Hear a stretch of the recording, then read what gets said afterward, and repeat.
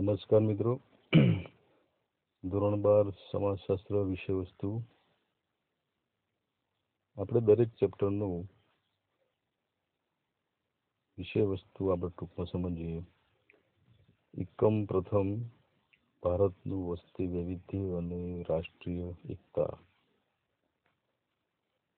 ભારતીય સમાજમાં લોકોની રહેણીકરણી, જીવનશૈલી, પહેરવેશ, આર્થિક પ્રવૃત્તિ, રિવાજો, ઉત્સવો, તહેવારો હોય, ભાષા હોય, તીર્થધામો વગેરેમાં આપણે જોતા હોઈએ છીએ કે અનેક પ્રકારનું વૈવિધ્યતાભરું સાંસ્કૃતિક વૈવિધ્ય આપણને જોવા મળતું હોય છે.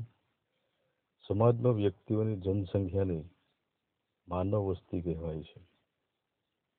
આપણા દેશમાં આપણે જોઈએ તો દરેક રાજ્યોની અંદર વસ્તીનું એક પ્રકારનું વૈવિધ્યતા પણ જોવા મળે છે. તો આપણે જનસંખ્યાને માનવ વસ્તી કહીએ છીએ. આપણે ટૂંકમાં વ્યાખ્યા કરવી હોય તો માનવ વસ્તી કોને કહેવાય? તો જનસંખ્યાને માનવ વસ્તી તરીકે ઓળખાય છે. વસ્તીની જાળવણી એ સમાજની પ્રાથમિક અને સાર્વત્રિક સામાજિક જરૂરિયાત છે.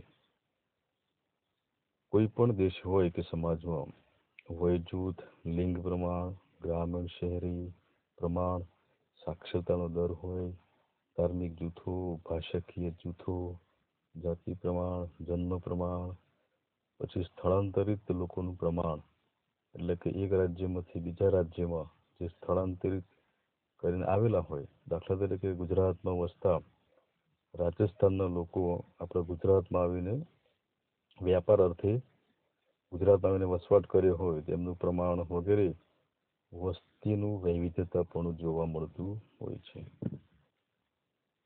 ભારતમાં હિન્દુ ધર્મોની વસ્તી સૌથી વધુ છે. ગુજરાતમાં પણ આપણે જોઈએ તો હિન્દુઓની વસ્તી સૌથી વધારે છે અને લઘુમતી સમુદાયમાં વાત કરીએ તો મુસ્લિમોની વસ્તી સૌથી વધુ છે. ભારતમાં જોઈએ તો સૌથી વધુ વસ્તી ધરાવતું રાજ્ય ઉત્તર પ્રદેશ છે.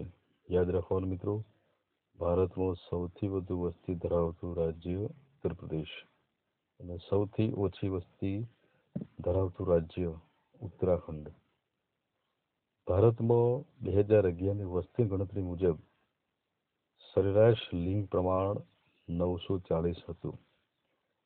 એક વસ્તુ આપણે સમજીએ અહીંયા કે વસ્તી ગણતરી દર 10 વર્ષે ભારતમાં કરવામાં આવે છે. તો જ્યારે 2011ની વસ્તી ગણતરી કરવામાં આવી એ દરમિયાન લિંગ પ્રમાણ 940 હતું. સૌથી વધુ લિંગ પ્રમાણ કેરળ રાજ્યમાં અને સૌથી ઓછું લિંગ પ્રમાણ દમણ અને દીવમાં જોવા મળે છે. 2011ની વસ્તી ગણતરી મુજબ ગુજરાતમાં લિંગ પ્રમાણ 918 હતું. ભારતીય સંસ્કૃતિ એ વિશ્વમાં સમન્વય અને સાત્યતાનું ઉત્તમ ઉદાહરણ છે.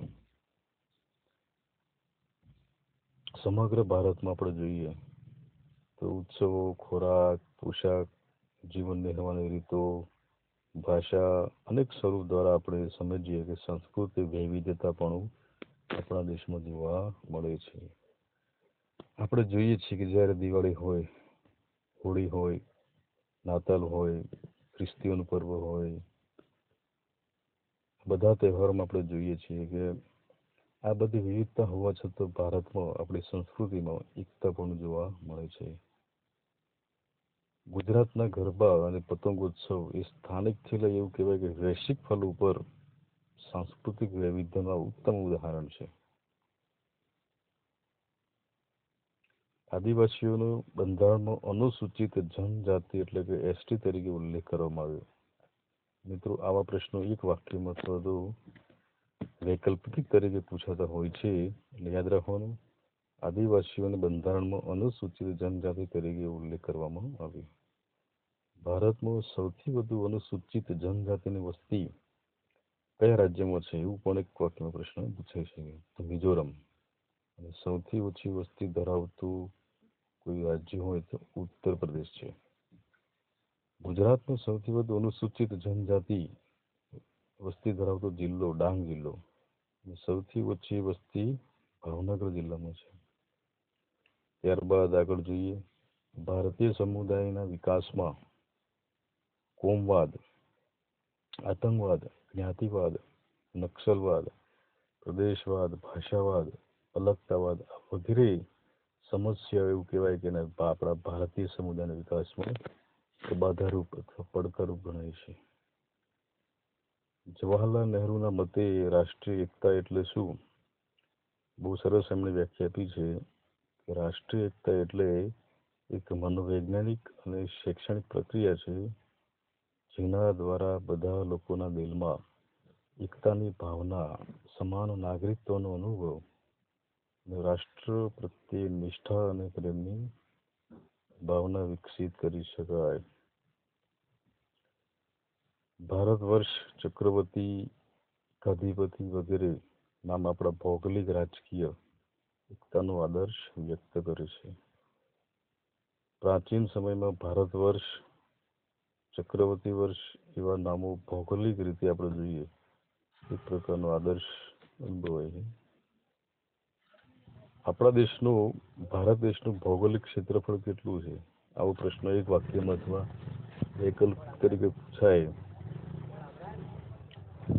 તો આપણે આંકડાકીય માહિતી જાણી શકીએ કે 32,87,263 ચોરસ કિલોમીટરના વિસ્તારમાં આપણો ભારત જ ભૌગોલિક વિસ્તાર ક્ષેત્ર ધરાવે છે.